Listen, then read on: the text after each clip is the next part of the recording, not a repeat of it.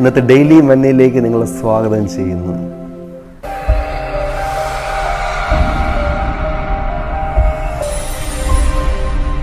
രണ്ടുപേർ വീട് വെച്ചു. ഒരാൾ വെച്ച വീടിൻ്റെ പണി വേഗത്തിൽ പൂർത്തിയായി. എന്നാൽ രണ്ടാമത്തെ ആൾ വെച്ച വീടിൻ്റെ പണി വളരെ സാവധാനം മാത്രമേ പൂർത്തീകരിക്കുവാനായിട്ട് സാധിച്ചുള്ളൂ. ഈ പൂർത്തീകരണ പ്രക്രിയയിൽ ഒരുപക്ഷെ ഒത്തിരി കളിയാക്കലുകളും പരിഹാസങ്ങളും ഒക്കെ രണ്ടാമത്തെ ആൾ നേരിട്ടിരിക്കാം. എന്നാൽ ആ സ്ഥലത്തേക്ക് വലിയ മഴ പെയ്യുകയും വലിയ കൊടുങ്കാറ്റടിക്കുകയും ചെയ്തപ്പോൾ വേഗത്തിൽ പൂർത്തീകരിച്ച വീട് തകർന്ന് വീഴുവാനിടയായി. എന്നാൽ വളരെ സാവധാനം പണിതെടുത്ത ആ വീട് അതിന് യാതൊരു കേടുപാടും സംഭവിച്ചില്ല. എന്താണ് ഇതിൻ്റെ രഹസ്യം? ദൈവത്തിൻ്റെ വചനത്തിൽ യേശു പറഞ്ഞ ഒരു ഉപമയാണിത്.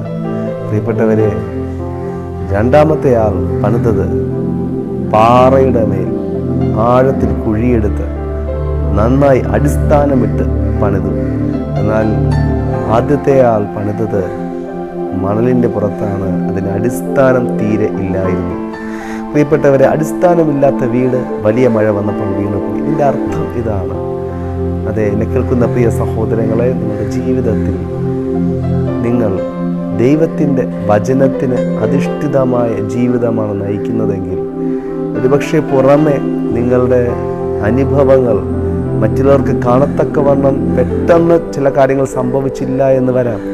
പക്ഷേ നിശ്ചയമായും ദൈവവചനത്തിൽ അടിസ്ഥാനമിട്ട് നിങ്ങളുടെ ജീവിതം പണിതാൽ അത് ജീവിതത്തിൻ്റെ യാതൊരുവിധ പ്രതിസന്ധികളിൽ തകർന്നു പോകാൻ ഇടവരികയില്ല. പ്രിയപ്പെട്ടവരെ, ഞാൻ നിങ്ങളുടെ ഈ സമയം ഇപ്രകാരം പറയുവാനായിട്ട് ആഗ്രഹിക്കുകയാണ്. ദൈവത്തിൻ്റെ വചനം പഠിപ്പിക്കുന്നു, സ്നേഹിക്കുവാൻ, വെറുക്കുന്നവരെ സ്നേഹിക്കുവാൻ, മറ്റുള്ളവരോട് ക്ഷമിക്കുവാൻ, മറ്റുള്ളവരോട് കരുണ കാണിക്കുവാൻ, ദൈവത്തെ ബഹുമാനിക്കുവാൻ, യേശു കർത്താവിനെ സ്നേഹിക്കുവാൻ ഒക്കെ പഠിപ്പിക്കുന്നു. അപ്രകാരം ചെയ്യുമ്പോൾ മറ്റുള്ളവർക്ക് അത് ഒരുപക്ഷെ പരിഹാസ വിഷയമായിട്ട് മാറിയെന്ന് വരാം, അല്ലെങ്കിൽ അത് ബുദ്ധിയുള്ളതല്ല എന്ന് ചിന്തിച്ചേക്കാം.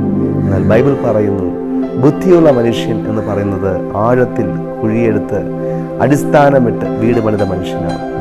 ദൈവത്തിൻ്റെ വചനമായ ബൈബിളിൽ അടിസ്ഥാനപ്പെട്ടൊരു ജീവിതം നിങ്ങൾ നയിക്കുമെങ്കിൽ നിശ്ചയമായും നിങ്ങളുടെ ജീവിതം തകരുകയില്ല. അതേ പ്രിയപ്പെട്ടവരിൽ നിന്ന് നിങ്ങളുടെ ജീവിതം തകർച്ചയുടെ വക്കിലാണോ? ഞാൻ പറയട്ടെ, ദൈവത്തിൻ്റെ വചനം ഈ ദിവസങ്ങളിൽ വായിച്ചാട്ടെ, വചനം കേട്ടാട്ടെ, വചനത്തിനൊത്തവണ്ണം ജീവിച്ചാട്ടെ. നിശ്ചയമായി നിങ്ങളുടെ ജീവിതത്തിൽ വലിയ മാറ്റങ്ങൾ സംഭവിക്കും. നിങ്ങളുടെ ജീവിതം തകർന്നു പോകുവാൻ ദൈവം അനുവദിക്കുകയില്ല. അതെ, ദൈവത്തിൽ ആശ്രയിക്കുക, ദൈവവചനത്തിൽ ആശ്രയിക്കുക. ദൈവം നിങ്ങളെ സഹായിക്കട്ടെ. God bless you.